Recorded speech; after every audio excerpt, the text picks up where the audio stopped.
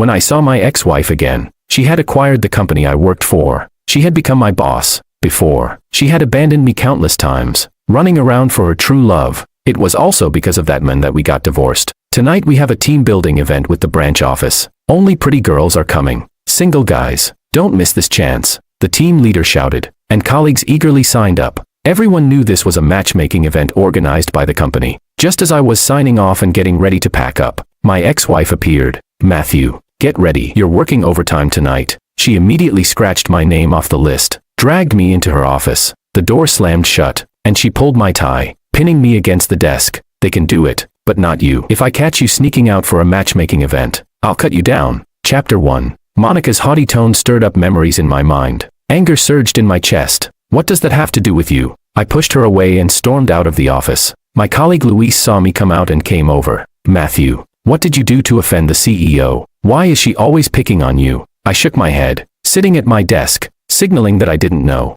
That's strange. Luis suddenly changed his tone and lowered his voice. Could it be that she's into you? Maybe she's trying to get your attention on purpose. As soon as he said that, several colleagues started gossiping. One female colleague said, Luis makes sense. She always asks you to stay behind and work overtime with her. That's true. Last time, she even told us to leave the red bean mooncakes for you. I said impatiently, stop gossiping. She has a boyfriend. She's almost getting remarried. I quickly packed my bag, clocked out, and waited for the elevator. In the elevator, a few colleagues asked, Matthew, how do you know that? Bro, is it true? Remarried? Of course, it's true. I'm the ex-husband who got cheated on for 5 years. I nodded, turned, and left, leaving the rest for my colleagues to guess. Chapter 2. I thought seeing my ex-wife again would make me feel down, but in reality, my heart no longer stirred for Monica. We had been married for 5 years, plus 4 years of dating. Altogether, it had been 9 years. Indeed, according to the relationship, we didn't make it to the 7-year itch, but if you count it as a whole, we did survive the 7-year itch. Yet in the end, we still parted ways, didn't we?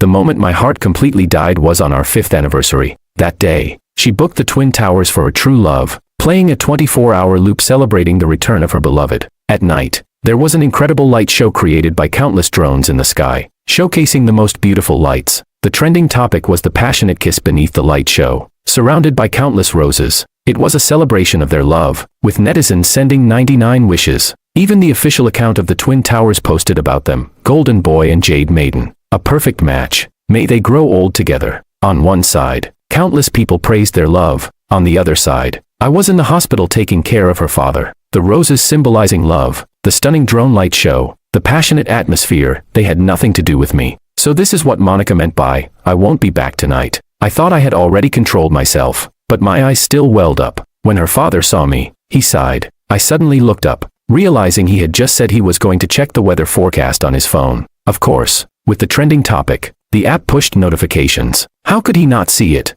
Matthew, forget it. Let go of yourself. She's not worth it. Get a divorce. I thought her father was comforting me by telling me not to care, but I didn't expect him to say, get a divorce. Dad, just take care of your health. Everything else doesn't matter. Even though he was my father-in-law, he treated me very well, and I wanted him to get better. As for the divorce, that was between Monica and me. I didn't want him to worry about it anymore, but he waved his hand. Matthew, I don't have much time left. If you two get divorced, I'll have no regrets. I shouldn't have let you into this fire pit. I can't manage her, but your life is still long. Do it for yourself. The old man shakily took out a card from the cupboard, along with a donation declaration, and handed it to me. I quickly refused, but he interrupted me. She hasn't visited me even once during my stay here. This is what you deserve for taking care of me. Don't worry, I've saved money for you. If you don't take it, I won't rest easy. He wouldn't let me refuse and pushed the card into my hand, urging me to leave. Go back. There's a caregiver tonight. Hurry up and get that divorce. Leaving the hospital room, I sat in the car and took out my phone. After hesitating for a moment, all the old memories flashed before my eyes.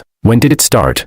I had never truly let go. I was just lying to myself, telling myself that they had already ended. It was the only way I could feel better. When I thought about it carefully, I realized I had been deceiving myself. Chapter 3. I took out my phone and called her, dialing 7 times, all of which were hung up. Each hang-up only strengthened my resolve. Finally, the call connected. On the other end, her distant, cold voice still echoed, "Speak." I had intended to go straight to the point, but when I opened my mouth, it became, "Where are you?" Overtime. Her response was unsurprising, even though I could hear the laughter of her idol, Stephen, in the background. I sighed, cursing myself internally. I already knew. So why am I lowering myself to this? Monica, tomorrow at 8:30 a.m. Let's go to the Civil Affairs Bureau for the divorce. There was a pause on the other end, her voice tinged with impatience. Is this how it's going to be now? If you want a divorce agreement, I can send it to you. You can take it with you tomorrow. After saying this, I hung up the phone and drove back home. I took out my suitcase and began packing, determined to only take my things. As I began packing, I realized just how much there was, and most of it was my own one-sided wishful thinking. Couple toothbrushes, couple clothing, couple jewelry. She had never used them, many still unopened. Love and indifference are truly apparent. She had never loved me, so I couldn't even recognize such simple things. Even our wedding photos were like this. In the pictures, I smiled while she had a cold face. There was a distance between us, just like our relationship, where she never wanted to get close to me, not even a little. I went to the house we bought before marriage, tidied up my things, and started thinking about what I was missing and what I needed to get. That night, I slept soundly. The next morning, the sunlight poured into the bedroom, making it incredibly comfortable. I packed up and left for the Civil Affairs Bureau. When I arrived, I parked the car and waited for Monica in the lobby. I took out my phone and saw a post from her idol, Steven, with a 9-grid photo. There were roses, wedding rings, intimate kissing photos, and hotel room details, and a caption, "After all this time, you're still the one." I silently took a screenshot, thinking I would be devastated, but surprisingly, in just one night, my heart had changed completely. Saying I wasn't hurt would be a lie, but it wasn't as much as I thought. The latest evidence of her affair came to me. How could I not take it? I waited at the Civil Affairs Bureau from morning until the staff finished their shifts at noon, but Monica never showed up. A staff member came up to me. "Sir, we close at 11:30 for lunch, and we don't process any business during break." I nodded. "It's okay." Perhaps seeing me waiting for divorce processing, the staff member kindly suggested, "Maybe she doesn't want to divorce. You should talk to her again." I shook my head. "She's probably still in bed with her lover." The staff member was stunned, but I didn't want any further advice. I took out my phone and called Monica again. This time, it connected immediately. "What's the matter?" "I'm at the Civil Affairs Bureau. When are you coming?" She paused for a moment, sensing my tone was unfriendly. "I'm busy. We'll talk tonight at home." She hung up immediately. I was about to leave when the staff member suddenly said, "If she doesn't show up, you can file for an online divorce." Then, they pointed to a sign far away. "Thanks." After lunch, I followed the sign's instructions, uploaded my information, and filed for a lawsuit. In the afternoon, I went to the supermarket to buy some essentials. By the time I finished, it was already dark. Just as I was about to order takeout and sit down, Monica's call came in. I answered, and her tone was impatient. "Why aren't you back yet?" "Back yet? Didn't you just get home?" But then it clicked. I hadn't taken much, so it was normal she didn't notice. After hearing me silent, she continued, "I bought you a gift." "You?" I interrupted her and asked, "Did you get the subpoena?" "What subpoena?" "The court subpoena. If you won't come for the divorce." I had to apply for a divorce lawsuit. "I've already received the notice. You should have gotten it by now." "Matthew, are you crazy? Why the hell are we getting divorced? Since you two are being open about it, you should give him a proper status. Isn't it nice that I'm making things easier for you? Hurry up and sign the papers." After saying this, I hung up the phone. I had already made up my mind to get a divorce, so why say more? Now, the priority was ordering takeout and having a meal. About half an hour later, I heard footsteps outside the door. I was about to stand up to greet my takeout, but suddenly stopped. Those were the sounds of high heels. The door clicked open, and Monica walked in. She was wearing a wine-red long dress, graceful in posture, and her brown curly hair made her look even more charming. If not for the gloomy expression on her face, surrounded by anger, anyone would have thought she looked like a beautiful woman. In the past, when she showed this expression, I couldn't help but approach her and try to coax her. No matter who was right or wrong, she was always high above, like an unreachable moon, and I was the dark, self-deprecating one. Now, looking at her, I felt nothing. The power of a filter is truly incredible. I believe that walking out of the shadows will be within reach soon. Her arrival reminded me of something very important. Change the password. Oh no, better change the lock entirely. Chapter 4. Monica walked in, bringing with her the scent of jasmine perfume that seemed to fill the air. I unconsciously frowned. This wasn't the perfume she used, but the one Steven wore. Perhaps they had gotten too close, and the scent inevitably rubbed off on her. She handed me a box and then opened it. Inside lay a Rolex green Submariner. I merely glanced at it indifferently. She was always doing this. After any argument, she would throw me a so-called gift, and that would make everything seem fine again. The next day, everything would be back to normal. But she probably didn't even remember it was the same gift. And this was the fourth time now. Seeing my attitude, Monica's face darkened. In her mind, she had extended an olive branch, but I wasn't taking it. She thought I was being ungrateful. Have you signed? Or do you think there's something to split in terms of finances? I didn't understand why Monica was stalling. In reality, there was no financial split to be done. We had already signed a prenuptial agreement before marriage. This was probably thanks to Monica's best friend, Eva. As her best friend, it was natural for Eva to dislike me, and it was also normal for her to try and match Monica up with Steven. When we got married, Eva had suggested a prenuptial agreement, which was obviously to prevent me from claiming any assets if Monica decided to divorce me in the future. Now, this made my divorce process easier. All Monica had to do was sign the papers. Steven's back. What's wrong with us throwing him a welcome banquet? No problem. Then what are you upset about? How does throwing a welcome banquet for him have anything to do with our divorce? That was the first time I confronted Monica. She stared at me in surprise, then sneered. Is this because I didn't invite you to Steven's welcome banquet yesterday? You think I'm playing some kind of game, like in those novels where people use teasing to manipulate others? Why didn't I invite you? Don't you know? Every time you act cold and ruin the mood around Steven. What's the point of bringing you along? Her words were filled with anger and accusation. I didn't want to argue, so I responded. Since there's no disputed financial split, just sign the papers already. After I said that, the air was filled with an awkward silence. A long time passed before Monica gritted her teeth and spoke. I know you're throwing a tantrum because I didn't take you to the banquet. How about this? Tomorrow night, we'll host, and we'll invite them over for dinner. Make sure the dishes are ready. Oh, and Steven doesn't eat cilantro. Don't get it wrong. Without looking at me again, Monica turned and left the house. I rubbed my forehead, massaging the swollen area between my brows. Was this even the thought process of a normal person? She really thought I was a servant and a cook. After finishing my takeout, I took out my phone and looked at the courts app. Without hesitation, I clicked on the File for Judgment option. I really had to thank the new regulations. I could avoid the divorce cooling off period and skip the step of both parties signing the agreement. Now, I just had to wait for the court to accept my application once they started work on Sunday. The fastest judgment would come in 24 hours, and the slowest could take up to half a month. Chapter 5. The next day, I finally finished gathering all the things I needed for the small house, including replacing the lock on the door and setting a new password. It was 4:30 p.m. I was preparing dinner when my phone rang nonstop. It was the ringtone I had set specifically for Monica. I pressed the mute button and continued with what I was doing. About half an hour later, I had finished prepping the ingredients and looked at my phone. It was filled with missed calls and messages. Another call came in, and I decided to answer it. My phone had been occupied. What if I missed an urgent work call? Matthew, are you crazy? Where are you? At home. At home. I can't find you. Everyone is here. Why haven't you finished the food? Forget it. If I wait for you to cook, I don't know how late it'll be. Come to the Glee restaurant now. Right now. Otherwise, don't expect me to sign. She hung up directly. After thinking for a moment, I decided to go. I had no other thoughts. I just felt that if she signed, the divorce would go faster. With a lawsuit divorce, there were some steps that could be skipped, saving a lot of time. Following the message details, I brought the signed divorce agreement to the Glee restaurant. The private room was already full, and when I pushed open the door, there was an eerie silence. I looked around and saw there was no seat for me. I looked up at Monica, but Steven, who was sitting next to her, immediately waved a waiter over to add a chair and some utensils for me. Once seated, Eva began to mock, speaking indirectly. This restaurant's decor could use an upgrade. The table for 12 is now a table for 13. It's too cramped. Everyone around the table, their friends, looked on with curious expressions.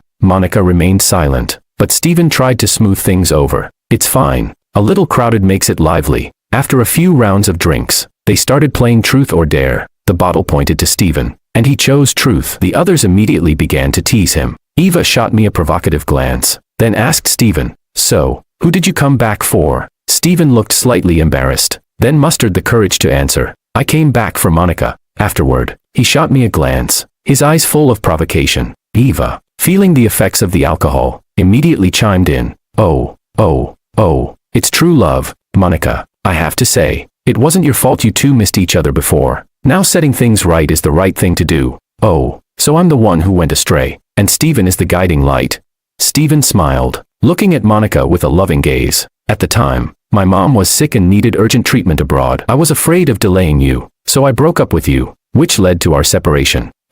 From the moment Steven began speaking, Monica's eyes never stopped sparkling with anticipation, an anticipation that had never been directed at me. Watching this reunion of the perfect couple, a smile slowly crept onto my face. It was as if I was the one who heartlessly tore them apart. A man sitting next to me leaned slightly toward me and said, "Matthew, if I were you, I'd want to find a hole to crawl into. Why stand between them like this?" I nodded in agreement, then loudly clapped my hands, attracting everyone's attention. "Congratulations. I wish you two could reconcile, be the perfect couple, grow old together, and have children soon." Only then did they remember I was still there at the table as Monica's legal husband. Stephen looked aggrieved, stood up, and raised his glass toward me. "Sorry, Matthew. I forgot you were still at the table. Monica and I have moved on. Don't take it personally. I apologize to you. I drink this to you." He was about to drink the whole glass when Monica quickly interrupted, speaking softly to calm him. "Stephen, you've already had so much to drink. Don't drink any more. Besides, it's just a game. Why bother apologizing to him?" She turned her head to meet my gaze, reverting to her usual demeanor. "Matthew, it's just a game. Don't take it so seriously." I didn't respond to Monica and simply smiled at Stephen. "The hotel upstairs has rooms. How about I help you book a room? Consider it a gift from me. Oh, and one more thing. I've got a little extra gift for you. This is her ovulation period. If you want a child, you better hurry." Chapter 6. As Monica's mouthpiece, Eva immediately launched into her performance. She grabbed a nearby wine glass and hurled it at me. "Matthew, watch your damn mouth." Crash. The glass shattered on the floor. Stephen quickly stepped in to smooth things over. "Matthew, don't get the wrong idea. There's nothing going on between Monica and me. He always said the same thing, just to provoke me into blowing up at Monica so the two of us would have a huge fight. Then he could swoop in, console her, and play the role of the considerate, long-suffering nice guy." I replied flatly. "Of course there's nothing going on between husband and wife." Monica's expression grew darker. "How many times do I have to tell you? There's nothing between me and Stephen. You keep making things awkward over these petty suspicions. Every time I bring you out, you only know how to embarrass me. Apologize to Stephen and to everyone, and I won't hold this against you." I met Monica's eyes and let out a soft chuckle as I countered. "Monica, and what authority do you have to hold anything against me, as an ex-wife?" As soon as those words landed, the air in the room seemed to freeze. Stephen's eyes flicked with amusement, a sneer playing at the corners of his mouth. "Matthew, are you still upset over the light show?" he asked, smug. I knew he brought that up on purpose, trying to make me the fool of the night. "Matthew, if it really bothers you that much, then fine, I'll apologize. I genuinely didn't know in advance. I found out when I arrived. It was just a welcome banquet. I had no idea it was your 5th wedding anniversary." Monica took a deep breath, clearly struggling to hold back her anger. "Matthew, grow up. Do you really think threatening me with divorce is going to get you anywhere? Stephen already apologized. Don't push your luck." "Yeah, seriously. Just say sorry and let's move on. Don't ruin the mood." Voices chimed in from around the table, deflecting all the blame onto me in just a few lines. I wiped my mouth, said nothing, and stood up to leave. "Matthew, stop right there. You weren't even home that night either. What right do you have to criticize me? You asked me for money because your dad was in the hospital and I didn't give it to you, so what?"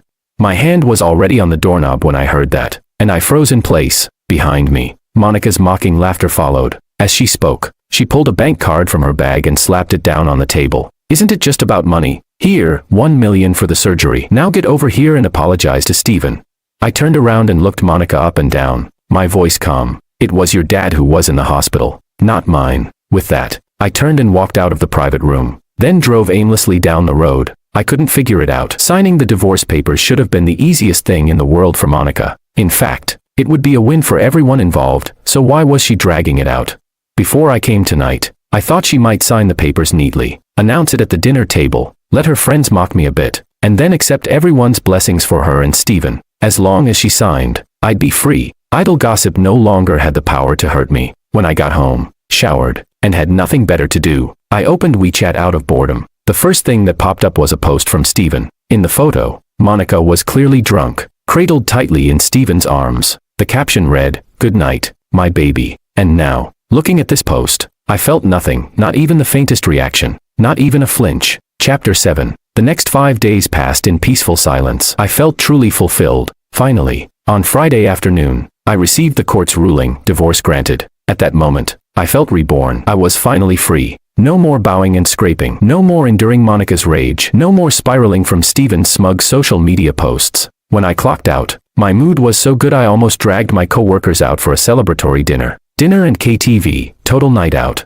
I hadn't felt this happy in a very, very long time. Turns out, even just hanging out with co-workers after work could feel so damn good. It was 11 p.m. when I finally got home. Just as I stepped out of the elevator, I noticed a figure standing at my front door. White dress, long wavy hair, under the eerie green glow of the emergency sign. She looked ghostly. Since I was driving tonight, I hadn't touched a drop of alcohol. The scene was enough to scare my clear-headed self half to death. I looked closer. It was Monica. She caught the stunned look on my face, something flickering in her eyes, unreadable. I asked sharply, "What the hell are you doing at my place this late?"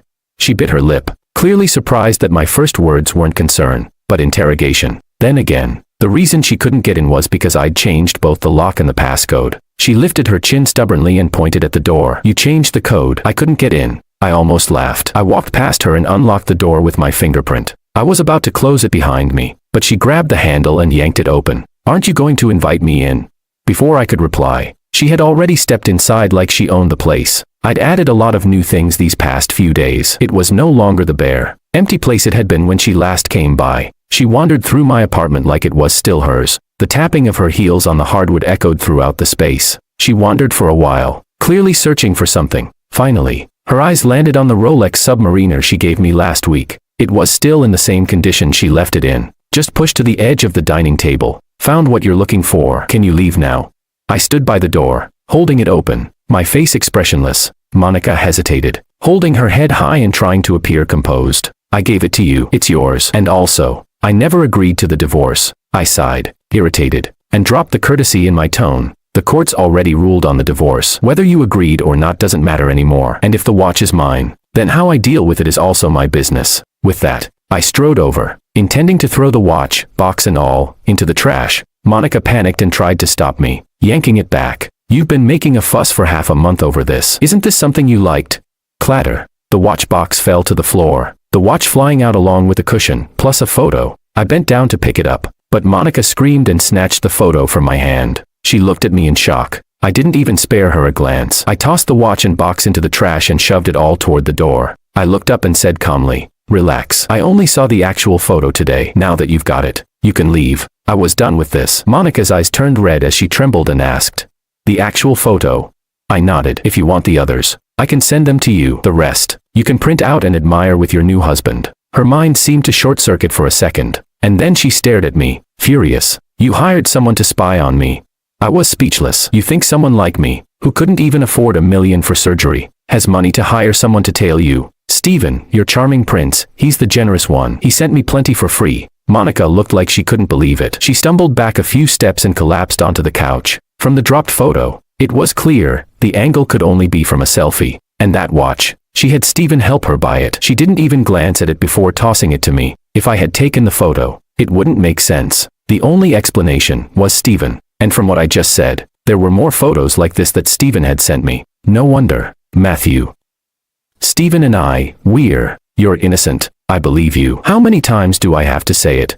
Isn't that the perfect boomerang?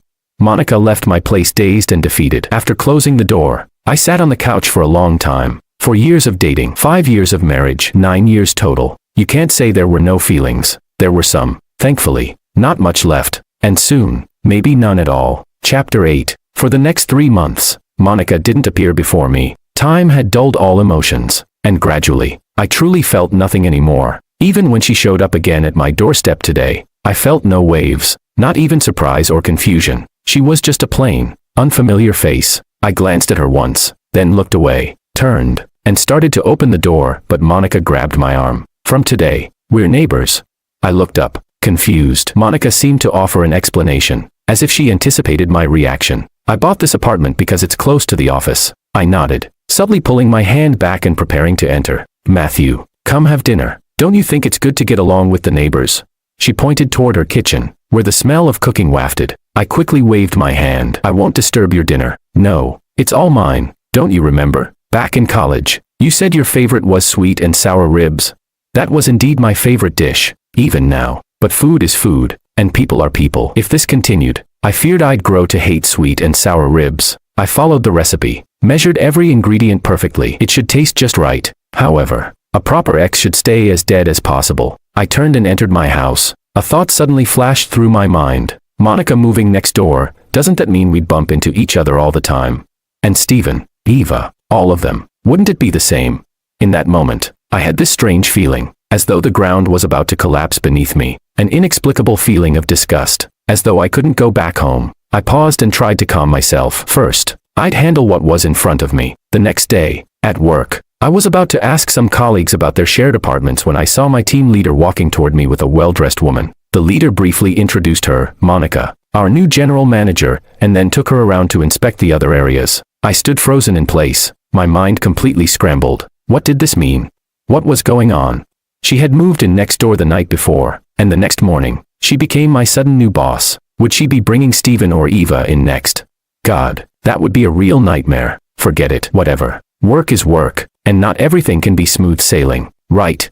At least the first day went by without incident, and I clocked out and headed home. As I walked down the street, I suddenly heard a honking sound behind me. A pink sports car pulled up in front of me, and the window rolled down to reveal Monica's face. She smiled at me. Let's go. I know you can't drive today because of the license plate restrictions. I looked at the car, then glanced at my phone, waiting for a ride via the app. Number 123. Eventually, I opened the car door and sat down. During the rush hour, traffic wasn't moving quickly. Monica, sitting in the driver's seat, spoke up. The second part of The Legend of the White Snake is out. Let's go watch it before heading back. I had mentioned how excited I was for the second part of the movie before it was released, but back then, she had said, "What's the point of watching cartoons?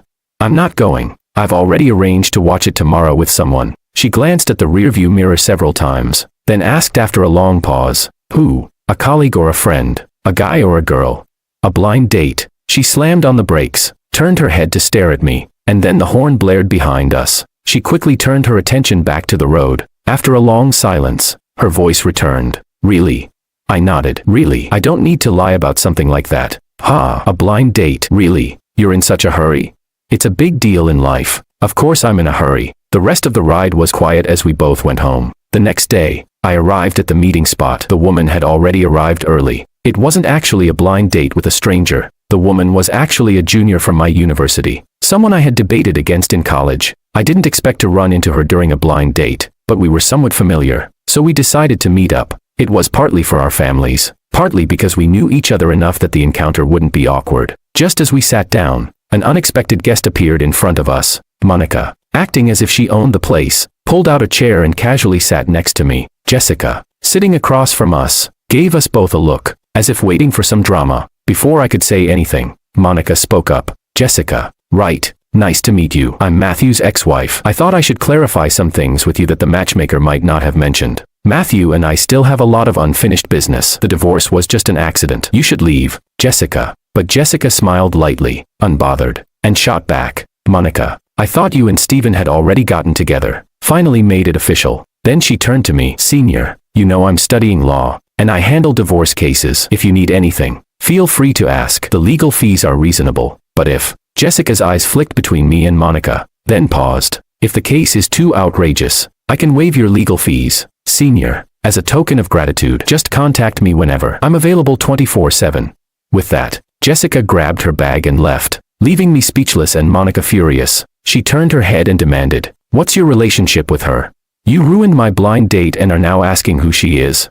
I sighed helplessly and stood up, preparing to leave. Monica, seeing this, mistakenly thought I was going to chase after Jessica. She quickly grabbed my arm and explained, "No, I came here to talk to you. Let's remarry." I yanked my arm away, stepping back, and coldly replied, "I'm not interested in a love triangle. It's not that. I'm not with Steven. I already know. He took my father's money and left. He only came back because he spent all of it and was looking for someone to pick up the tab.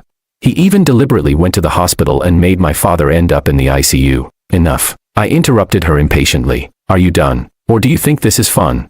"It's not that. I really want us to remarry. I don't have time for this. We're divorced, and that means we have no relationship anymore. Even if you've realized your mistakes, your past actions have left irreparable scars." With that, I strode out of the restaurant. On the way, I sent Jessica a message to apologize. She replied, telling me she had said those words on purpose and expressing her regret. Although we were from different graduating years, the big scene Monica and Steven made had long stopped being a secret. Even Jessica had heard the rumors many times. In the end, she congratulated me on escaping the torment and embracing a new life. Just as she wished, the new life was indeed beckoning to me. I went to work on time every day, a simple routine, keeping a polite distance from Monica at the office. Then, a new project came down from the headquarters, and Monica specifically requested me to be in charge. "Tomorrow, you're accompanying me on a business trip." I nodded. "Work is work, and personal matters are personal. I couldn't give up this opportunity for promotion due to personal issues. The company arranged the business talks at a resort spa located in a scenic area. After a whole day of discussions,